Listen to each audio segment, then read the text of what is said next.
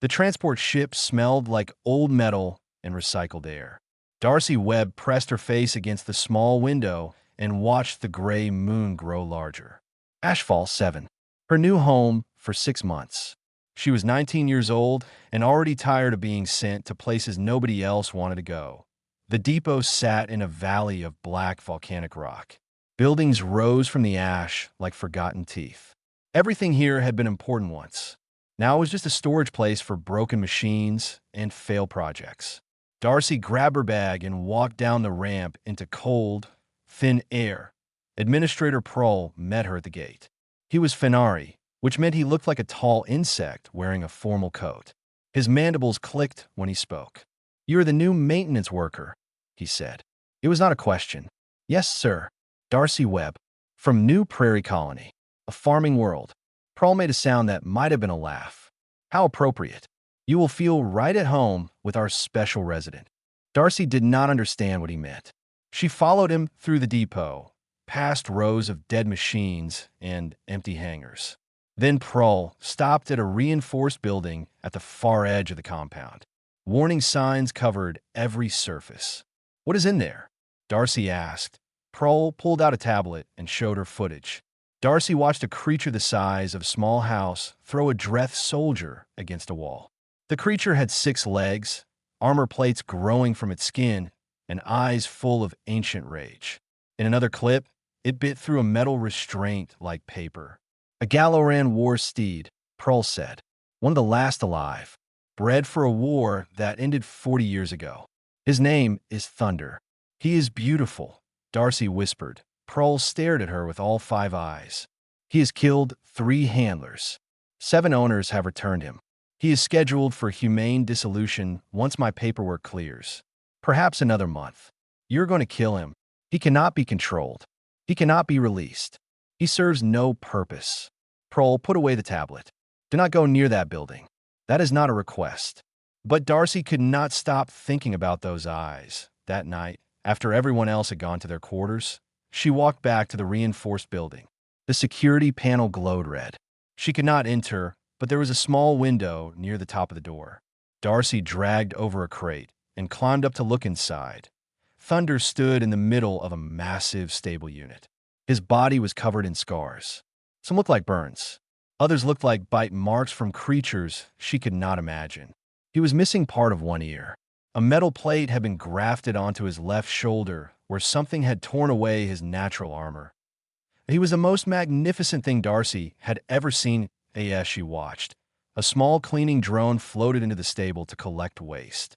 Thunder spun with speed that should have been impossible for something so large. His front legs came down like hammers. The drone exploded into pieces. Thunder stood over the wreckage, breathing hard, still ready to fight. Darcy understood then. He was not crazy. He was not broken, but he was still at war. She climbed down from the crate and sat with her back against the cold metal door. She did not try to speak. She did not try to make any sound at all. She just sat there, letting him know she was present. Hours passed. The thin moon grew colder. Darcy pulled her jacket tighter and stayed. Inside the stable, something changed. The heavy footsteps stopped. There was a long silence. Then Darcy heard the creature move closer to the door. Not charging, not threatening, just approaching. She heard him breathing on the other side of the metal. Neither of them moved until the first light of morning. When Darcy finally stood, her legs ached and her fingers were numb. She walked to Administrator Prohl's office before he had finished his morning meal. "I want feeding duty for the war steed," she said. Prohl's mandibles clicked rapidly. "You want to die? I want feeding duty. The automated systems handle his nutrition. I want to do it myself, by hand." Prohl studied her for a long moment. Then he made that laughing sound again. "Very well, human. I give you 1 week before you request a transfer." The previous record was 3 days. Darcy nodded and left. Her coworker Wren found her in the supply room, loading a cart with nutrition packs. Wren was pallid, with pale gray skin and 4 arms that never stopped moving nervously. "I heard what you asked for," Wren said. "You cannot be serious." "I am serious. That thing will kill you. It has killed others." Darcy looked at him calmly. "On my world, we have animals called horses. Big ones. Strong ones. Some of them are called wild, unbreakable. But my grandmother always said the same thing. What did she say? Darcy smiled and pushed the cart toward the door. There is no such thing as a bad horse. Only a horse that has not met the right person yet. Wren watched her go, shaking his head with all four arms raised in disbelief. Humans were absolutely insane. 14 days passed, and Darcy was still alive. Every morning she walked to the stable with her cart of nutrition packs. Every morning she entered through the security door and stood perfectly still while Thunder decided whether to charge at her or not. Some days he stamped his feet and roared. Some days he just watched her from the far corner. She never ran. She never showed fear that on day 15, Wren followed her to the stable entrance. "This has gone too far," he said. His four arms were shaking. "Administrator Prohl thinks you have a death wish. The other workers are placing bets on which day you will die." "What day did you bet on?" Wren looked embarrassed. "Day 20, but only because I thought you would last longer than most." Darcy laughed. It was the first time she had laughed since arriving on Ashfall 7. "I appreciate your faith in me. This is not funny. Why do you keep going in there? What do you want from that monster?" "He is not a monster. He is alone." Darcy pushed open the security door. "There is a difference." Inside the stable, she placed the nutrition packs in the feeding trough. Thunder stood 30 feet away, watching her with eyes that held 40 years of pain. She did not approach him. She had learned that lesson early. Instead, she sat down on the concrete floor and began to talk. "I read your file," she said. "Servantine combat décoration. You fought in the Sequence War. 40 years ago, you and your rider broke through enemy lines at a place called the Ashbound Pass. You saved 300 soldiers that day."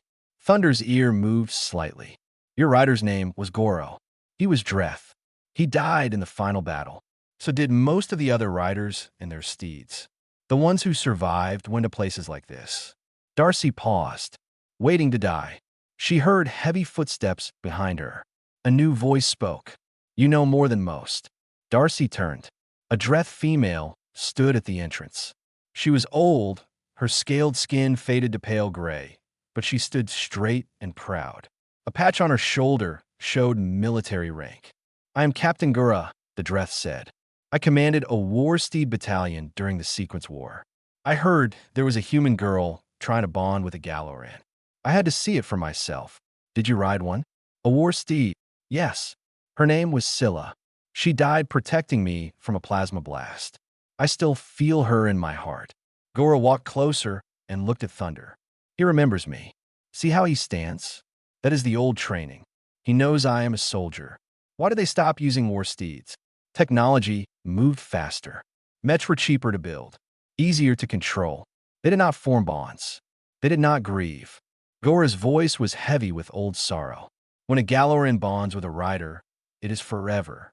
When that rider dies, the Galoran's heart breaks. Some recovered. Many did not." Darcy looked at Thunder. "He is still grieving. After 40 years. Yes. And no alien can help him because no alien understands that kind of grief. We see a dangerous animal. We see a problem to be solved." Gora tilted her head. "But you see something else." "I see a horse," Darcy said simply. Gora was quiet for a long time.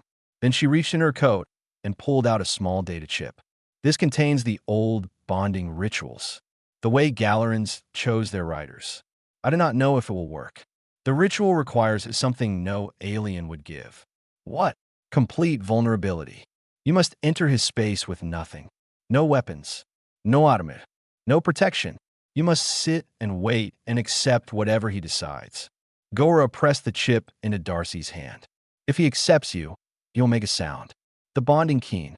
If he rejects you, he will kill you." Darcy looked at the chip. Then she looked at Thunder. "I will think about it," she said. But they both knew she had already decided.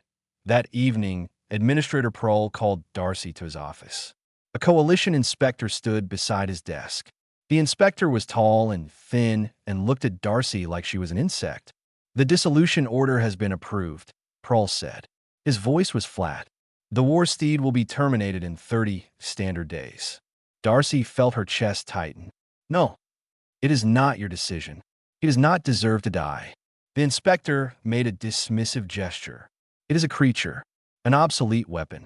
Its time is over. Darcy wanted to scream. She wanted to fight, but she knew that would only make things worse. So she swallowed her anger and walked out. 30 days. She had 30 days to save him. That night, she went back to the stable. Thunder stood near the trough, watching her approach. Slowly, carefully, she extended her hand toward his face. He went still. His muscles tensed. She could feel the danger in the air, but she did not pull back. Her fingers touched his scarred muzzle. His skin was rough and warm. For 3 seconds, they stood like that, connected. Then he pulled away and retreated to his corner. But he had not hurt her. He had allowed her touch that it was a beginning. 23 days remained when Darcy filed her appeal. She spent 2 nights reading coalition military law. She found a rule that said any equipment classified as salvageable could be claimed by maintenance personnel for repair assessment.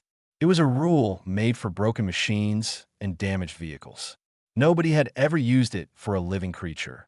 But nobody had ever said it could not be used for one. Administrator Pearl received her filing the next morning. His mandibles clicked so fast they made a buzzing sound. "This is ridiculous," he said. "You cannot classify a war steed as salvageable equipment. The law does not say I cannot. It says I can claim anything within my maintenance jurisdiction for assessment. Thunder is within my jurisdiction. He is a living weapon scheduled for termination. He is also assigned to my care. I feed him. I am his handler." Darcy kept her voice calm. "Until this appeal is processed, you cannot legally touch him." Pearl stood very still. His 5 eyes stared at her with cold anger. "This will only delay things. The appeal will be denied. You are wasting everyone's time." "Then let me waste it." She walked out before he could respond. That night, Captain Gora found Darcy sitting outside the stable, reading the data chip she had been given. "I heard about your appeal," Gora said. "It was clever, but Pearl is right. They will deny it. I know, but it gives me more time." "Time for what?" Darcy looked up at the old soldier. "Time to try the bonding ritual." Gora sat down beside her. Her joints creaked with age. "You understand what this means? If he rejects you, there will be no second chance." "I understand. Why do you care so much? He is not your species.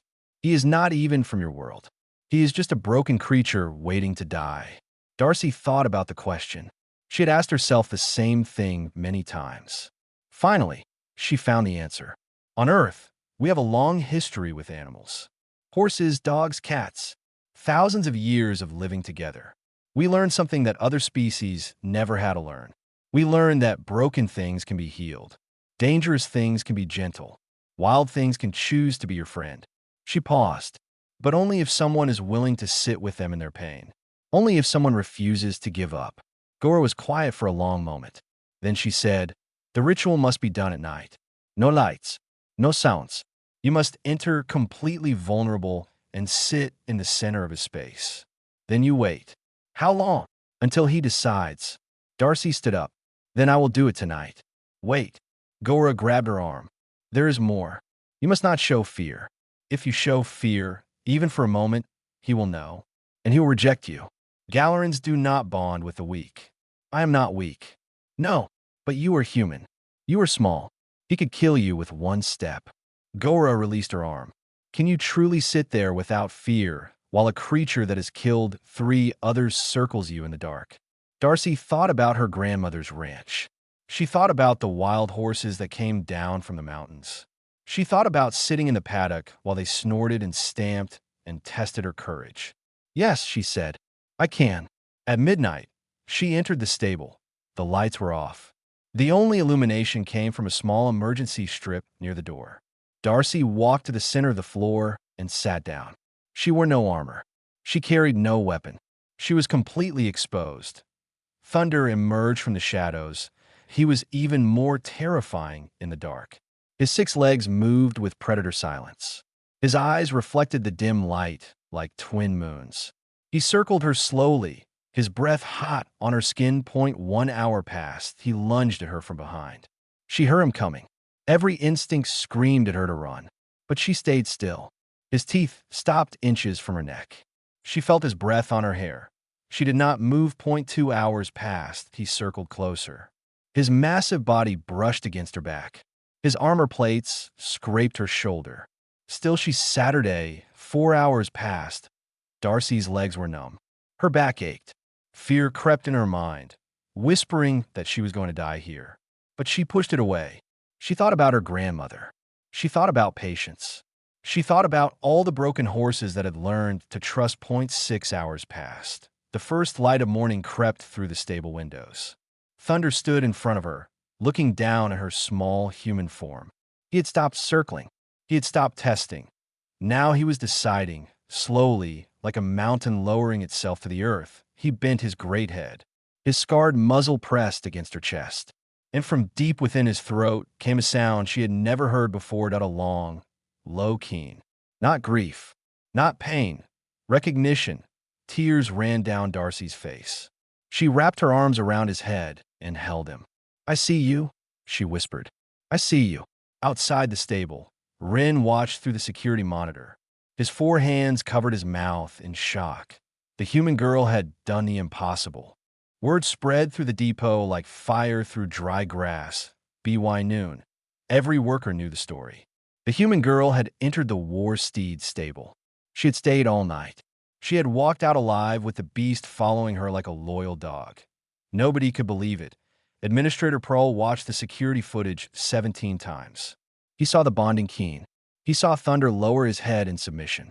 He saw Darcy Webb achieve something that 7 owners and 3 professional handlers had failed to do. He also saw that his termination order was now worthless. Captain Gora arrived at the depot that afternoon. She found Darcy in the stable, brushing Thunder's scarred armor plates with a soft cloth. The massive creature stood perfectly still, his eyes half closed with pleasure. "I did not believe it was possible," Goris said. "I fought beside Galerans for 20 years. I never saw one bond with a new rider after losing their first." "He was ready," Darcy said. "He just needed someone to show him it was safe." "No, he needed a human." Gora walked closer, watching Thunder's relaxed posture. "Your species has something we do not understand. You look at broken things and see potential. You look at dangerous things and see friends. It makes no logical sense. Love rarely does." Gora was silent for a moment. Then she said, "There is a problem." Darcy stopped brushing. "What problem?" "Your appeal was denied this morning. Administrator Pearl received the notification 1 hour ago. The termination order stands." Darcy felt cold spread through her chest. "How long?" 10 days. Maybe less if Pearl pushes it. There must be something we can do." Gora sat down on a storage crate. Her old bones creaked with the movement. "There is one possibility. Coalition law states that any creature classified as battle-capable cannot be terminated. They become protected military heritage. But Thunder has not fought in 40 years. No, and no one has ridden him in 40 years either." Gora looked at Darcy with serious eyes. "But you bonded with him. In the old tradition, that means he accepted you as his rider. If you can prove he is still battle-capable, with you as his partner, the termination order becomes invalid." Darcy looked at Thunder. He was enormous. His back was twice her height off the ground. His body was built for war, designed to carry armored soldiers into combat. She had never ridden anything larger than an Earth horse. "Will he let me?" she asked. "That is the question. Galerans bond once. When their rider dies, they do not accept another. Ever." Gora leaned forward. "But he made the bonding keen for you. He chose you. Whether he will let you ride him is something only he can decide." Darcy set down the brush. She walked around to face Thunder directly. His great eyes opened and looked at her. "I need to ask you something," she said softly. "And you can say no. I will understand if you say no." She knelt on the stable floor. Then she bent forward until her forehead touched the concrete. It was the old way, the position of complete submission. She was offering herself to him, just as riders had done for centuries. "Will you carry me?" she whispered. "Will you let me be your partner?" Thunder did not move. The stable was completely silent. Then slowly, carefully, he stepped forward. His massive foreleg lifted and came down gently on her back. Not pressing, not hurting, just resting there. In the old language of the Galerans, It meant yes. Tears ran down Darcy's face again. She stood and looked up at the creature who had chosen her twice now. Okay, she said. Let's learn together. The next 3 days were the hardest of Darcy's life. Gallerans did not use saddles or harnesses. Riders sat directly on their backs, gripping with their legs and holding onto the natural ridges in the armor plates. It required perfect balance and complete trust. Darcy fell off 17 times the first day, but Thunder caught her every time. His great head would swing around, and his teeth would grab her jacket, lowering her gently to the ground. Then he would wait patiently for her to climb up again. By the second day, she could stay on for 10 minutes. By the third day, she could stay on while he walked. Rin watched from outside the stable, his forearms crossed in amazement. This should not be possible, he said to Captain Gora. She has no training. She has no experience with alien creatures. Gora smiled. It was the first smile she had shown in years. She has something better. She has the trust of a Galloran. And she has the stubbornness of a human. On the fourth day, Darcy rode Thunder in a full circle around the stable.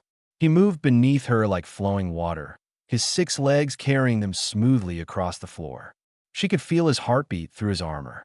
She could feel his joy. For the first time in 40 years, he had a rider again. But their celebration ended when Administrator Pearl's voice came over the depot speakers. Attention, all personnel. Coalition security forces will arrive in 6 hours to enforce termination Order 774. All workers must remain in their quarters until the enforcement is complete. Darcy looked at Gora. The old soldier's face was grim. 6 hours, Gora said. They moved the timeline forward. We are not ready. Then we need to make them believe we are. Gora stood straight, and for a moment she looked like the warrior she had once been. Or we need to run. 5 hours remained when Captain Gora handed Darcy a small command ship. What is this? Darcy asked. My old military codes. They are still active. They will open the exterior bay doors on the east side of the depot. Gora pressed the chip into her palm. Beyond those doors is the ash waste. 50 kilometers of volcanic rock with no surveillance. If you can reach the far ridge, you can disappear. You want me to run? I want you to live. Both of you. Darcy looked at the chip. Then she looked at Thunder, who stood behind her like a living mountain. He had understood every word. His eyes were alert, his muscles tense. He was ready to fight or run. If we run, we become fugitives, Darcy said. They will hunt us. They will try. But the ash wastes have magnetic interference. Scanners do not work well there. And Gallerans were bred to survive in places like this. Gora put her hand on Darcy's shoulder. I watched your species at war. I saw what humans can do when they have something to protect. You are small and soft and should not be dangerous, but you are. You survive. You endure. You never give up. What about you? I am old. My running days are over, but I can delay them. I can give you time. Gora smiled sadly.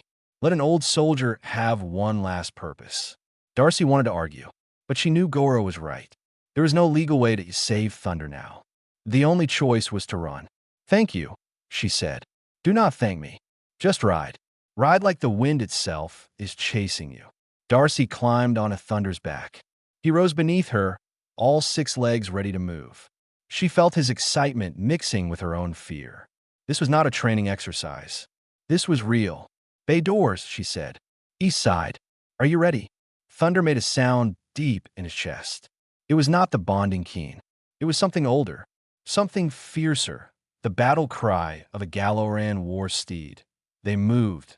The depot became a blur around them. Thunder's legs ate up the distance in great strides. Workers scattered out of their path. Alarm bells began to ring. Darcy heard Administrator Pearl's voice screaming orders over the speakers, but they were already at the bay doors that Gora's codes worked perfectly. The massive metal doors groaned and began to slide open. Cold air rushed in, carrying the smell of volcanic ash. Beyond was the gray wasteland of Ashfall 7. Go, Darcy whispered. Go! Thunder leaped through the opening. The ash wastes were like nothing Darcy had ever seen. Black rocks stretched to the horizon. Gray dust rose with every step. The sky above was dark and heavy with clouds. It looked like the end of the world, But Thunder knew this terrain. His kind had been bred for worse. He bounded across the volcanic rock in great jumps, his bio-armor sealing against the thin atmosphere. A membrane slid over his eyes to protect them from the dust. Another covered Darcy's face, a gift from his body to keep his rider safe. They ran for 20 minutes before Darcy heard the ship. The IT came from behind them, a coalition patrol vessel descending through the clouds. Its searchlights cut through the dust like white swords. A voice boomed from its speakers. "Stop immediately. You are in violation of Termination Order 774. Surrender the creature and face minimum charges." Darcy leaned close to Thunder's neck. "Can you outrun them?" He made a sound that might have been a laugh. Then he ran faster. The patrol ship followed, but Thunder knew tricks it did not.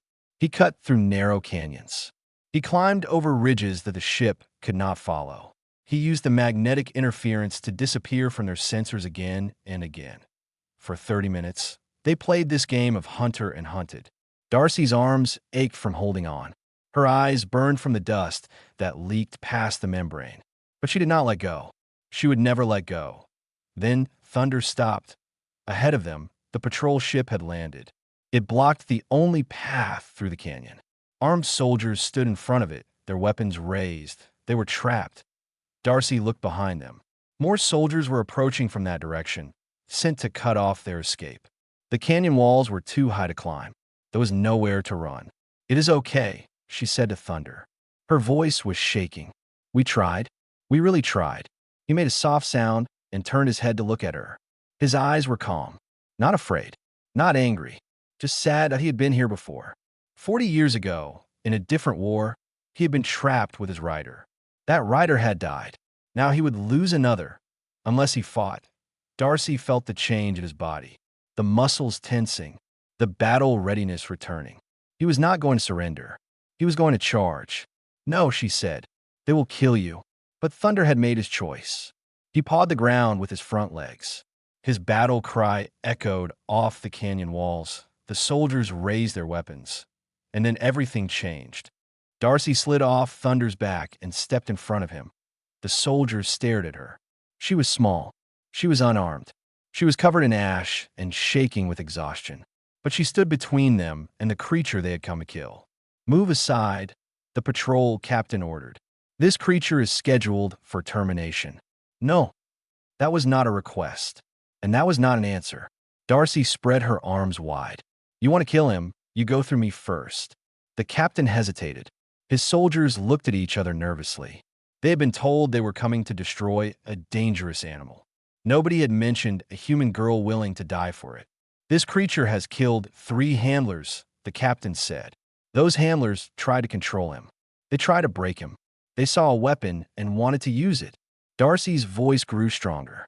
"I saw something else. I saw a soldier who lost everything in a war nobody remembers. I saw 40 years of grief that nobody cared about. I saw a heart that was still capable of love if someone would just love him first. It is an animal. He is a person. He feels pain. He feels loss. He feels love." Tears ran down her dirty face. "Your species forgot how to see that.